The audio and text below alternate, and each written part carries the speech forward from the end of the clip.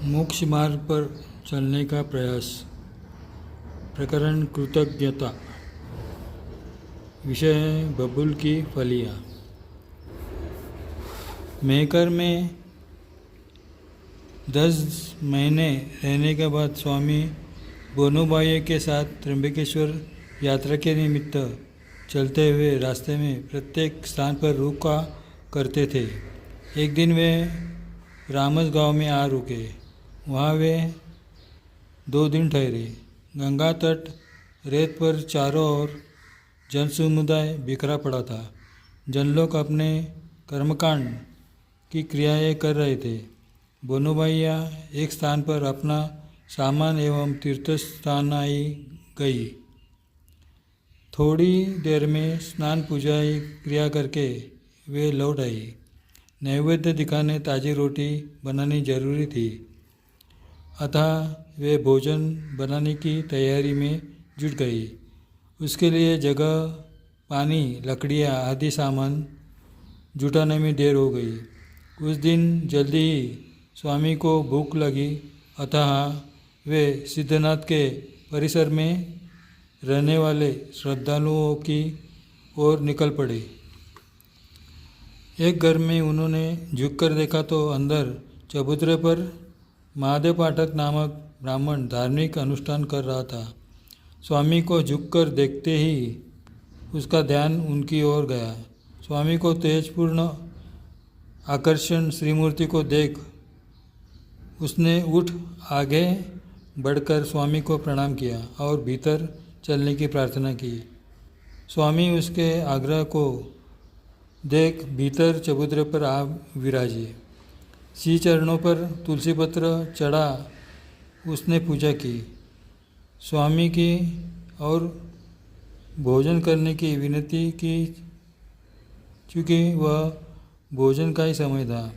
भोजन में चावल एवं बबूल की फलियाँ दी गई।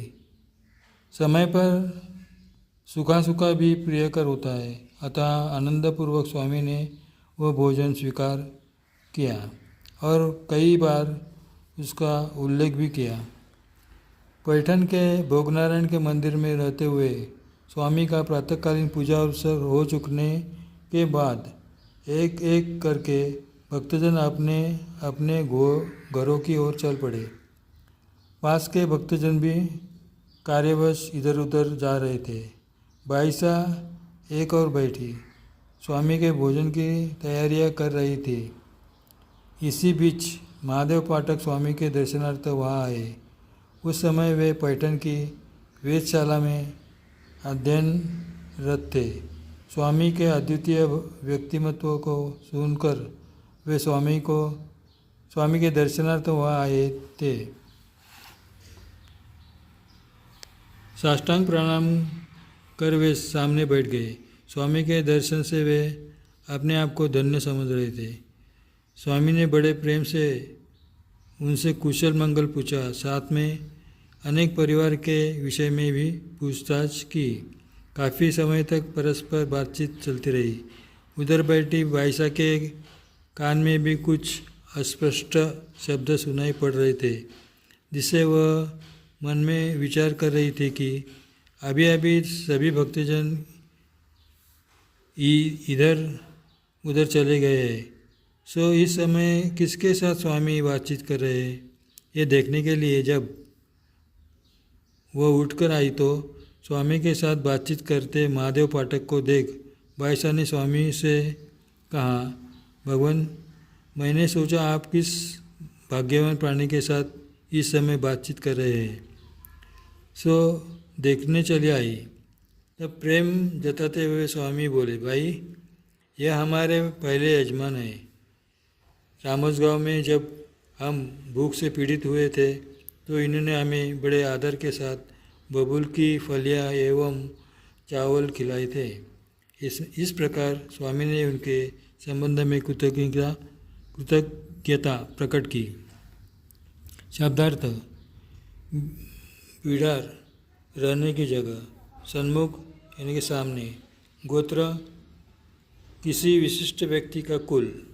कर्मकांड, धार्मिक कर्मों में रममाण।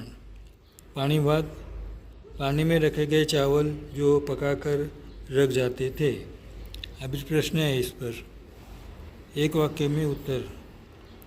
एक है प्रश्न पहला, बोनेबाई के साथ स्वामी कहाँ के लिए निकल पड़े थे।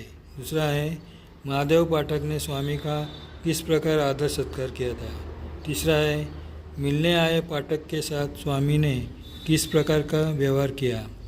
चौथा है, पाठक के संबंध में स्वामी ने भाईसाहब को कैसा परिचय दिया था। पांचवा प्रश्न है, रामसगांव में स्वामी श्रद्धालुओं के घरों की ओर क्यों कर चल गए थे। वीडियो अच्छा लगा तो लाइक शेयर करना, कमेंट करना और सुनने के लिए धन्यवाद। जय श्री कृष्ण।